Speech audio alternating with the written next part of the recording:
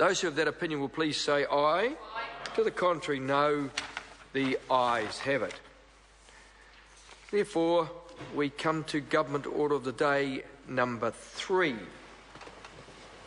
Electoral Amendment Bill, third reading. Mr. Speaker.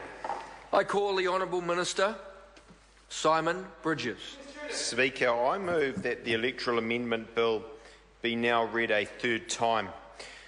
Mr. Speaker, the Electoral Amendment Bill is the latest chapter in a long-standing, ongoing endeavour to ensure our electoral system is the best it can be. As the Bill's general policy statement notes, the New Zealand electoral system has a very high level of integrity. However, minor changes to the legal framework are required to help continuously improve the efficiency and integrity of elections. Mr. Speaker, as members will be aware, against this backdrop, the Bill primarily puts in place recommendations of the Justice and Electoral Committee's inquiry into the 2011 general election. Specifically, the Bill implements recommendations that require legislation and can be put in place in time for the 2014 general election. The Electoral Amendment Bill will improve services to voters, candidates and parties, improve efficiency through greater use of technology, and simplify and clarify existing provisions of the Electoral Act. Mr. Speaker, at this time I'd like to recap some of the specific changes the Bill makes.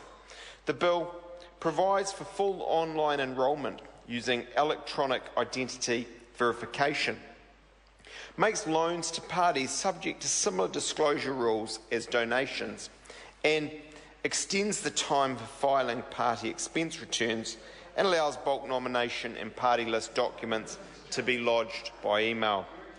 The Bill also clarifies that the High Court can direct the Electoral Commission to recalculate and amend the allocation of list seats if there is a successful electorate petition.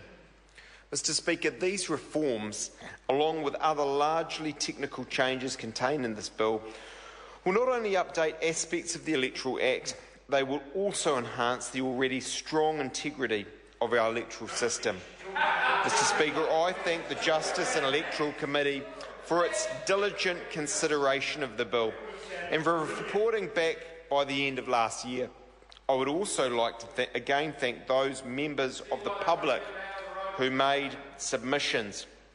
As I've said during the second reading of this bill, and on many other occasions, electoral reform should, if possible, be based on consensus. I note that there was unanimous consensus among the committee on the report back of the bill.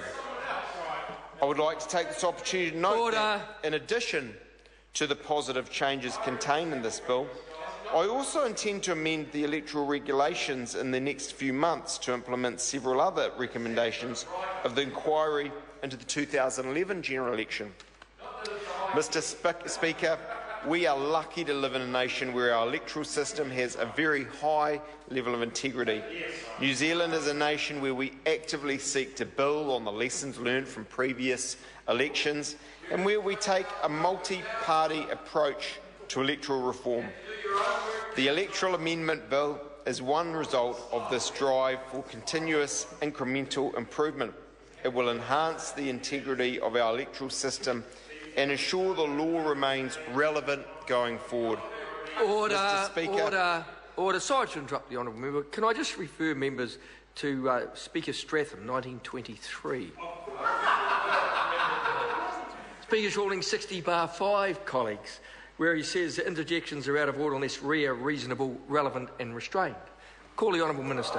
Mr. Speaker, the Electoral Amendment Bill will have a positive impact on the administration of this year's general election and future elections. I commend this bill to the House. The question is that the motion be agreed to. I call the Honourable Marianne Street. Thank you very much, Mr. Speaker. I rise to speak in this third reading of a bill